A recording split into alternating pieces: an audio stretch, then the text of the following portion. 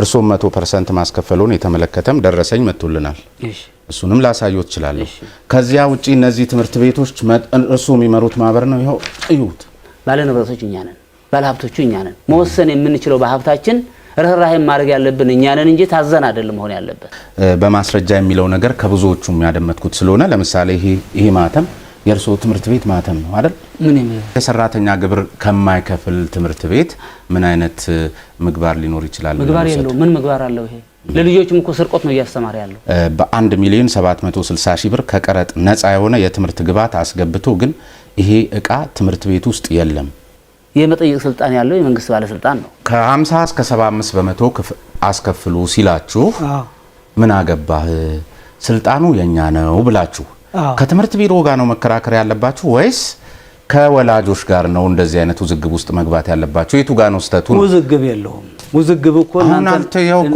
ናችሁ የምትፈጥሩት ያላችሁ እንጂ እኛ ከዚህ በላይ እንደው ድንገት አንድ አመት ይድገሙ ቢባል ተማሪዎች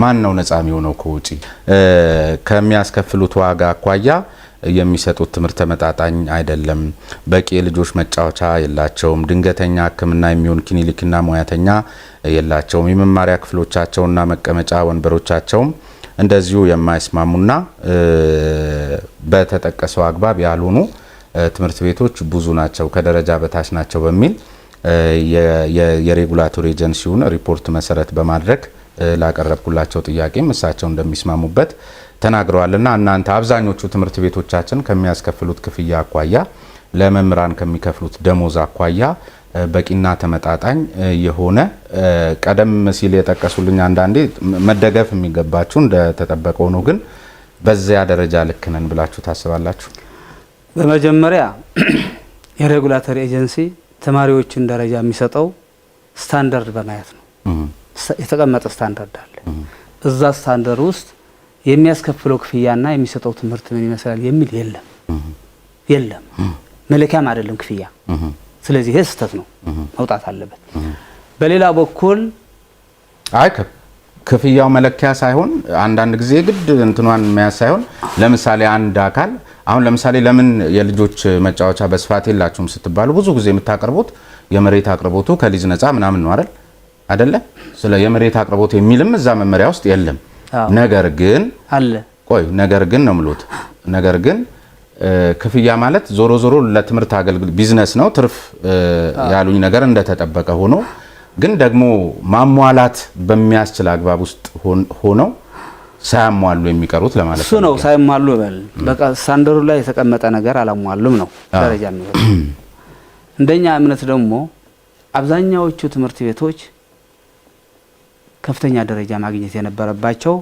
ሳያገኙ ታልፈዋል ስታንዳርዱ ራሱ ሁለት መሰረታዊ ችግሮች አሉት አንደኛው እዛ ስታንዳርድ የተቀመጡ ነገሮች አንዳንዶቹ ለትምህርት ስራው ከትምህርት ጥራት ጋር ምንም ግንኙነት የሌላቸው በምንም ተአምር ግንኙነት የሌላቸው ለምሳሌ በአዲስ አበባ ሲናሪዮ መሬት እንግዲህ የምትኖርበትና የምትቀበርበት ኦልሞስት ተመሳሳይ በሆነበት ዘመን ይሄን ያህል ሽካሬ ከሌለ ደረጃ አላሟላህም ትባላለህ ከየት ላምጣው ይሄ ሱቅ የሚገዛ ቢሆን ባንክም ተበደረ በገዛው አይገዛም ሱቁ ካና ከትምህርት ጥራት ጋር ግንኙነት እንዴት ነው ማይኖረው መሬት እንደሌለ ያውቁታል ይሄ መሬቱ እንደሌለ የለም እንጂ ግን መሬቱ ከትምህርት ጥራት ጋር ግንኙነት አለው እሱ አለው የሌላቸው ግን አሉ ሌሎች ብዙዎች ስለዚህ ይሄ እንደሌለ ያወቁ እድሜ ልክ ዝም ብለህ የወደቅት ትመጣለህ ዜሮ ያገኘት ትመጣለህ ማለት ነው አንዱ ይሄ ነው ሁለተኛ ከትምህርት ጥራት ጋር ደግሞ ግንኙነት የሌላቸው ብዙ ነገሮች አሉ ሌሎች እቃዎች እዛ ይተረደራሉ ለምሳሌ እስቲ ምንድነው ከትምህርት ጥራት ጋር ግንኙነት የሌለውና ትምህርት ቢሮ እናንተን የሚጠይቃችሁ ለምሳሌ የአካል እንትን ለምሳሌ መስማት የተሳናቸውን የለህም ይላል መስማት የተሳነው ተማሪ ግን የለህም ግቢ ውስጥ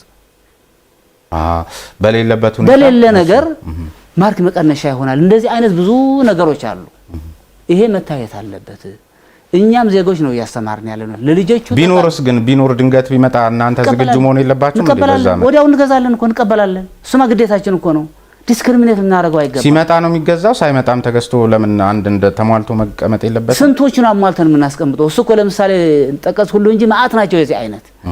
ይሄ ደግሞ ትምህርት ቤቱን ያራቆቱታል። የወላጆች የክፍያ መጠንም ያበዛዋል። እኛ እኮ ሌላ ምንጭ የለንም፣ ወላጆች አይደሉም ምንጫችን።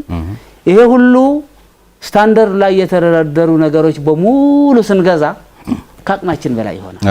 ከዛ ምንድነው የምናደርገው? ጭማሪው ላይ ከፍ እናደርገዋለን። እሱን ለማካካስ ማለት ነው። አንዱ የወላጆች የክፍያ መጠን የሚያበዛ ያለው የስታንዳርዱ ስርዓት ያለ መያዝ ነው። ገብቷል? በሌላ በኩል ደግሞ አሁን ላብራቶሪ ላይ ቢኬሮች ምኖች አንዳንድ እቃዎች አለ የሚጠቀሱ ዛ ስታንዳርዱ አንድ ባለሙያ ይመጣና ትክክል ነው ብሎ ያልፋል። ሌላ ባለሙያ ይመጣና ደግሞ ትክክል አይደለም ይላል። እንዲያውም ጠረጴዛው 5 ኢንች ጎድለዋል ወይም ደግሞ 5 ኢንች በልጧል፣ ስለዚህ ዜሮ ነው የምሰጥህ ይላል።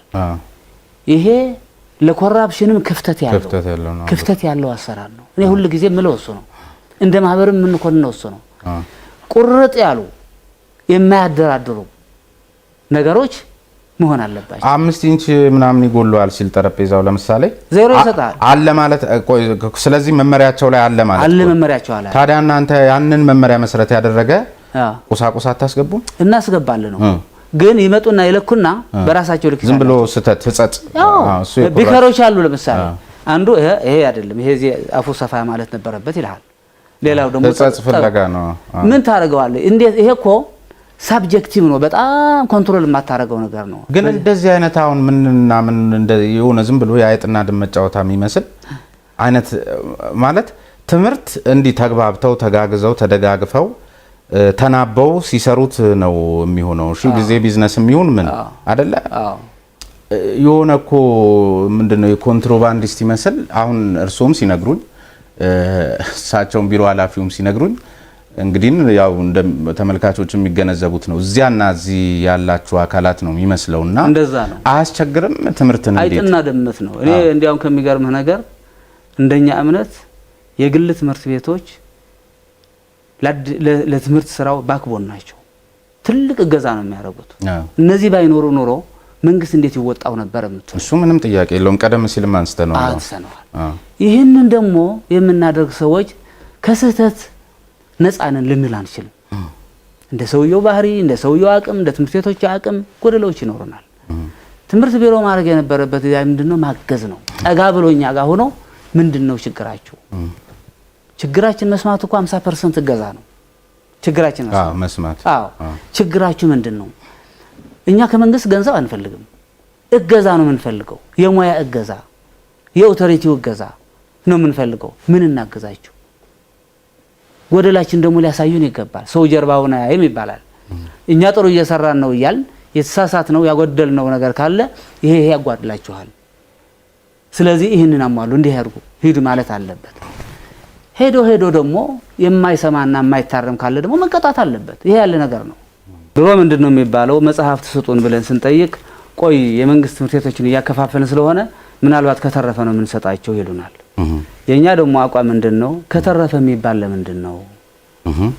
እነዚህም ዜጎች ናቸው፣ እነዛም ዜጎች ናቸው። እኩል ዜጎች ስለሆኑ ትምህርት ቢሮ ደግሞ የሁሉም አለቃ ስለሆነ ለሁሉም ነው አዘጋጅተው አዘ ሴም ታይም ዲስትሪቢዩት ማድረግ ያለበት። ለምን ይያል ሁሉ ጊዜ እንሞቀታለን፣ አይሰሙንም። አሁን ትንሽ በአጠቃላይ ለኛ ብቻ ሳይሆን ለመንግስት ትምህርት ቤቶች አንዳንድ ጊዜ ህትመት ላይ ምናምን ይቆያል እንጂ አሁን እየሰጡን ነው ያለነው። ሲሰጡን ደግሞ አሁንም ሌላ ጥያቄ ያለን እኛ ለምንድነው ለመንግስት ትምህርት ቤቶች በነፃ የሚሰጠው መጽሐፉ ለግል ትምህርት ቤቶች ግዙ የምንባለው ለምንድነው? እነዚህ ዜጎች አይደሉም ወይ? ሁለት ተማሪዎች አንድ ጎረቤት በጎረባባች ሆነው ሲቀመጡ ያኛው በነፃ ይኸውና ተሰጠኝ ብሎ ይዞ ሲመጣ ያኛው በግዥም ራሱ ገና ቀጠሮ እየጠበቀ መሆኑ ሲያይ ምንድነው የሚሰማው? ስለዚህ ለሁሉም በነፃ ስጧቸው። እኛ ደግሞ ተቀብለን ለ5 ዓመትም ከሆነ የሚቆየው መጽሐፉ ለ5 ዓመት እናቆያለን፣ ለ4 ዓመት ከሆነ ለ4 ዓመት እናቆያለን። ይሄ ትክክል አይደለም ብንላል። እንዲያውም በዚህ ላይ መጽሐፍ ላይ ሲመጣ ከወላጆች ጋርም እያጣሉን ነው።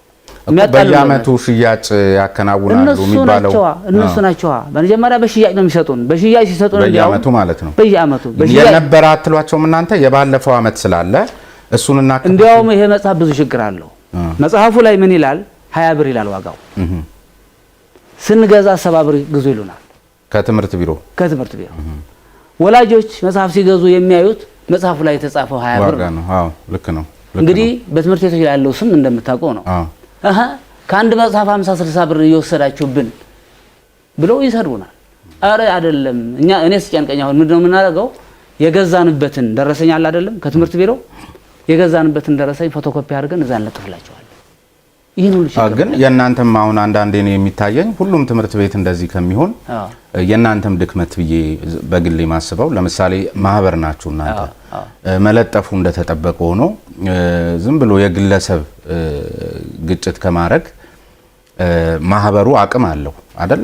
የሆነ ነገር የመፍጠር በጀት ይዞ ስለሚንቀሳቀስ ከተማ አስተዳደሩ ሚዲያ ስላለው መብታችሁም ስለሆነ ሌላስ ቦታ አሁን እኛስ ጋር ልክ እንደ አንድ ወላጅ ብቻ ጥቆማ እንደሚመጣው እንደ ማህበር እናንተ ትምህርት ቢሮ 20 ብር መጽሐፉ ላይ ጽፎ 70 ብር እየሸጠልን ከወላጆች ጋር ንትርክ ውስጥ ሲከተን የመማር ማስተማሩ ስራ ይታወካል። ለምንድን ነው እንደዚህ የሚሆነው የሚል ነገር ለነዛ ነግራችሁም ቢሲሏችሁ እንደዚህ አይነትስ መንገድ መጠቀም ጥሩ አልነበረም? ጥሩ አይደለም። ለምን? ምክንያቱም በእለት ተእለት ስራችን ብዙ እንቅፋት ይገጥመናል። እዛ አዎ እቺን ብታረጉ ተሳቀን ነው የምንኖረው እኮ እኛ። ህጉ የሚለው እንኳን ትምህርት ቢሮ እቺን አረከኝና ብሎ የሚያደርጉ ማአት ናቸው ይቆነጥጣል። እንዲያውም ከቢሮው በወረደ ወደ ክፍለ ከተማ ወደ ወረዳ ሲወርድ በቃ ጅንጉርጉር ነው አሰራሩ። ብዙ ይሄን ሁሉ ተሸክመን ነው የምንሰራ ያለ ነው እኛ። በህጉ መብታችን ምን ድረስ እንደሆነ እናውቀዋለን። ማንንም ሰው በህግ እኩል ነው ይላል። እኔም መብቴ ነው ማለት ይችላል። አፌን ሞልቼ ማንንም ሳልፈራ ማለት ነው። በተግባር ስትሄድ እንደዛ አይደለም። ተሸማቀቀን ነው የምንኖረው። ተሸማቀን አንዳንዴ እንዲያውም እንዲያው ምን አይነት ኢንቨስትመንት ውስጥ ነው የገባ ነው ብለን እስከምን ለምን ሲባል ግን እናንተ አሁን የትምህርት ዘርፍ ሰዎች ናችሁ። የትምህርት ዘርፍ ሰው ደግሞ ማለት በምክንያት የሚያምን ነው። ኢ ምክንያታዊ ለሆነ ነገር እጅ የማይሰጥ ነው። ህገ ወጥ ለሆነ ነገር እጅ የማይሰጥ አካል መሆን አለበት አይደል? የትምህርት ባለሀብት ለምን ሲሆን ነው የምትሳቀቁት? የፈለገውን ይፍች እንደነዚህ አይነት ኃይሎችን በየመዋቅሩ ያሉትን በምክንያት መተጋገሉ አይሻልም? ለእቺን ብናረግ እቺን እንሆናለን በሚል ልክ እንደማንኛውም ቢዝነስ ከምትተውት እንታገላለን። የትግሉ ደረጃ አለው እንጂ እንታገላለን። ምን ይባላል መሰለ እንግዲህ አንተም ኢትዮጵያዊ ሆነህ ታውቀዋለህ። እንደ ጤፍ ጤፍን ያህል የሚበልጥህ እንደ ጤፍ ያደቅሃል ይባላል። እነሱ ፍቃድ የሚሰጡ እነሱ ናቸው፣ የሚቆጣጠሩ እነሱ ናቸው። እቻስ ታስፈልጋለች ከተባለ አንተ ኢንስፔክተር ሆነ መጥተህ አዎ ትክክል ነች ብለህ ከሄድክ ሌላ ሰው በአንተ ሙያ መጥተህ ደግሞ ይሄ ትክክል አይደለም ምክንያቱም 1 ኢንች በዚህ መጨመር ነበረባት ይላል። ምን ነው ታደርገው? እኛ እንዲያውም ገብተን የገባንበትን ጉድጓድ መውጫተን ነው እንጂ ይሄ ትምህርት ዘርፍ የሚመረጥ አይደለም። በቢዝነስ አይነት የሚመረጥ አይደለም። ስራው የተከበረ ነው። የምትውለው ከህፃናት ጋር ነው። ብታስተምረው ህፃናትን ነው።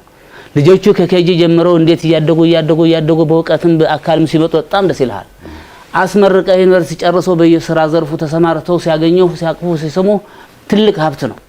ግን በስራው ላይ ያለው እንቅፋት ይሄን ያህል ነው ተብሎ እንተናይ አንደኛ አይታወቅም። ትምህርት እንደማንኛውም አሁን ስላነሱት ነው ይሄ እንደማንኛውም እንደ ቢዝነስ ሸቀጥ ነው ተብሎ መታየቱ በራሱ ገና ያልጠራና በብዙ አሁን በቀደም እሳቸው ሲያወሩ ሌላ ነው።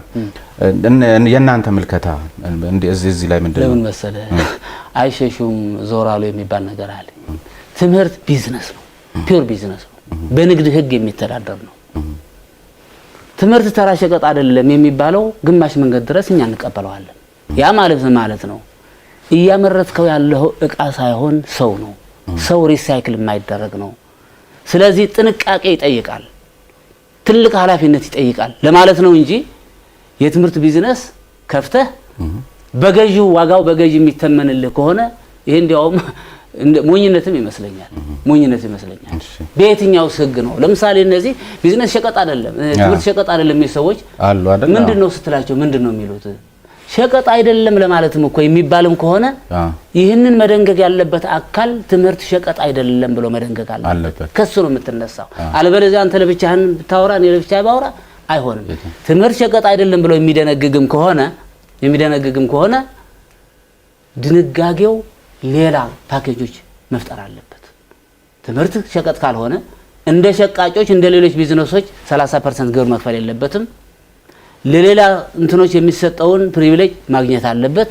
አሁን እኛ እኮ መሬት እንኳን ትምህርት ቤት ሸቀጥ አይደለምና እናግዛቸው ተብሎ ሊሰጠን እንደ ሌላው ሰው ተጫርተን ለመግዛትም እንኳን ለትምህርት ቤት ተብሎ የሚወጣ መሬት የለም።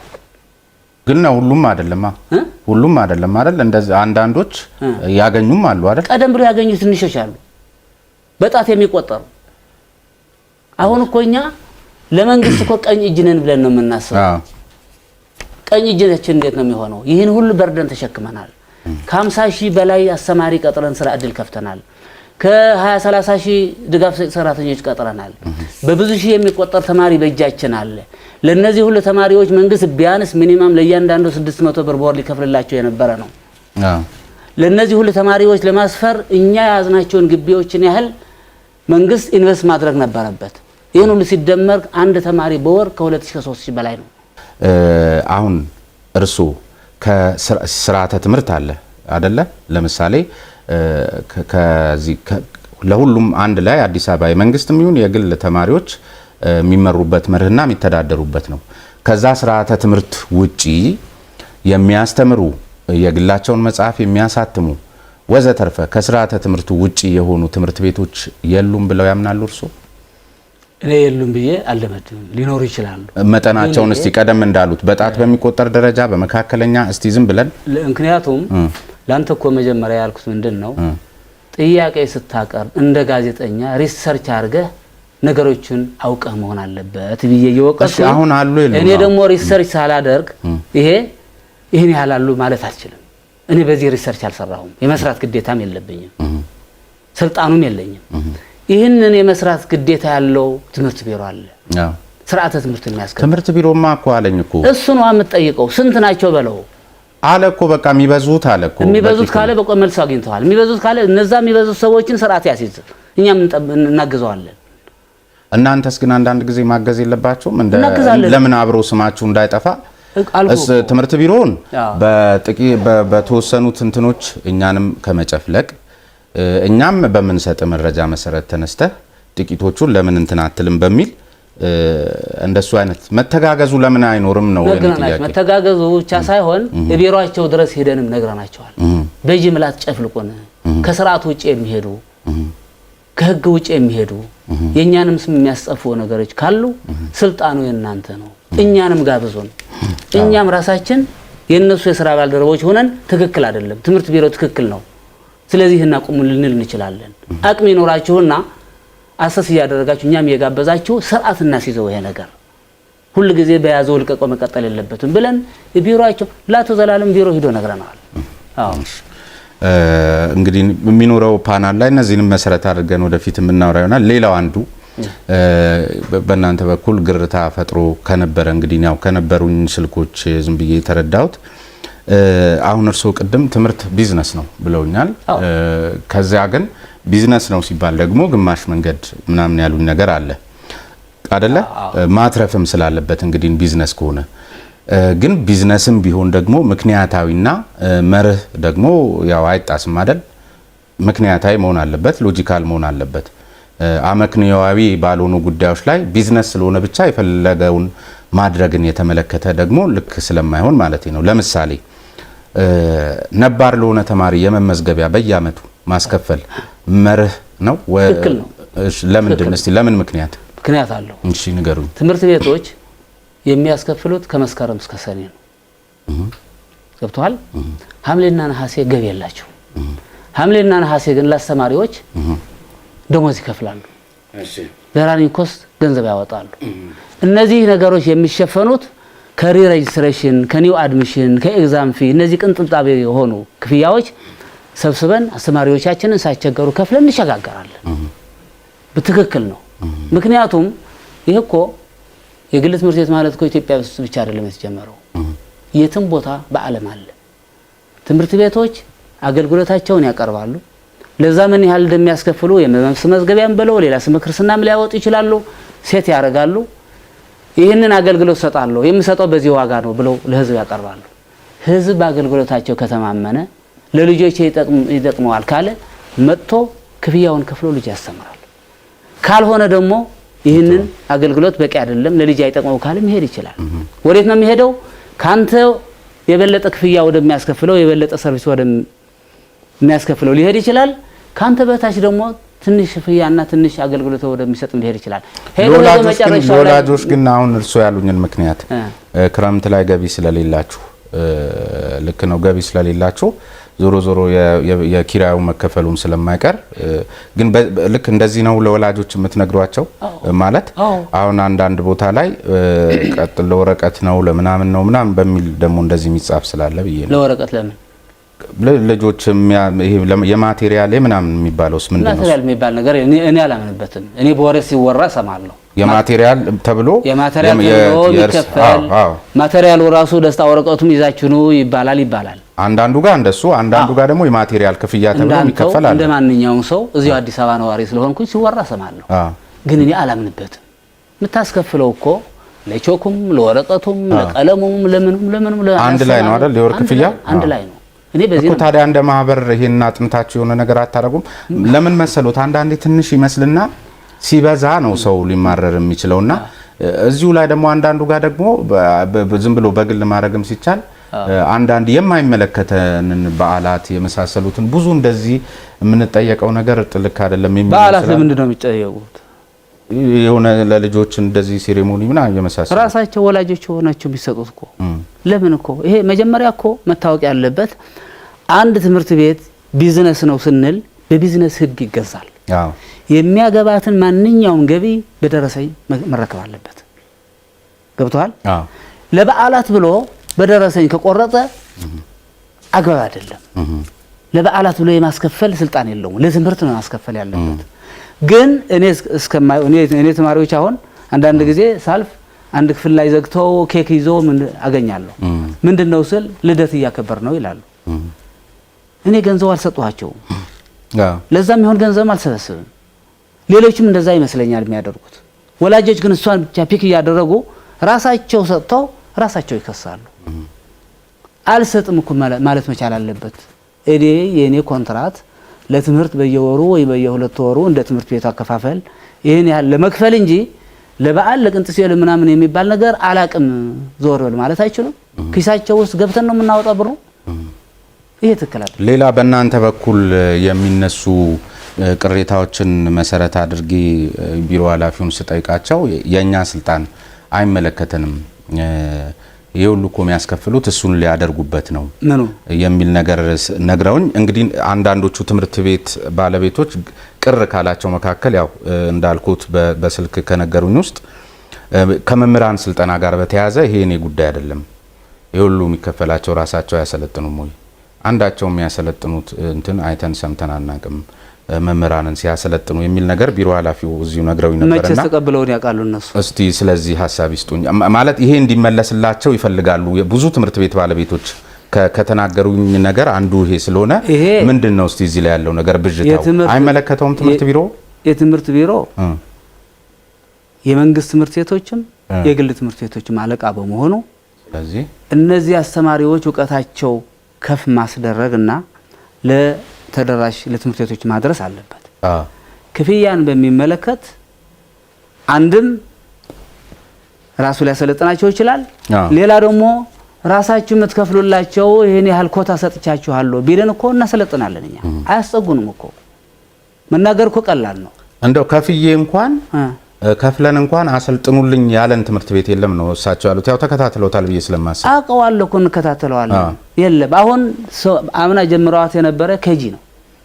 የኬጂ አስተማሪዎች ልናሰለጥን ነው እና ክፈሉ አሉ። ወዲያውን ከፈል ላክን በአመቱ እንደገና ሰረዙት። ይሄ እንዲያውም እኮ የሚያስጠይቅ ነው። እኛ እኮ ገንዘብ የከፈልነው ሰልጥነው መጥተው እንዲያስተምሩ ነው እንጂ ስልጠናቸው ሳይጨርሱ በመሃል መንገድ የሚቋረጥ በመንገድ ጠፍቶ የሚቀር ገንዘብ አይደለም የከፈልነው። ሊጠየቁ ይገባቸው ነበር። ግን እንዴት አድርገን ጠይቃቸው? እሺ ተደጋጋሚ የሬጉላቶሪ ኤጀንሲውን ሪፖርቶች ያመቱን ስመለከት በቀደም ካነሳውት መካከል ለሳቸው አንስቼ ሳቸው ማብራሪያ ከሰጡበት መካከል በአማካይ በቃ ሁሉ ጊዜ ከ70 በመቶ በላይ የሚሆኑት እነዚህ ትምህርት ቤቶች ከደረጃ በታች ናቸው። ለምሳሌ ከደረጃ በታች ናቸው ከሚያስብሏቸው ምክንያቶች እዚህ አንስቼ በእናንተም በኩል ቅሬታ ስለቀረበበት መልስ እንዲሰጡኝ ነው።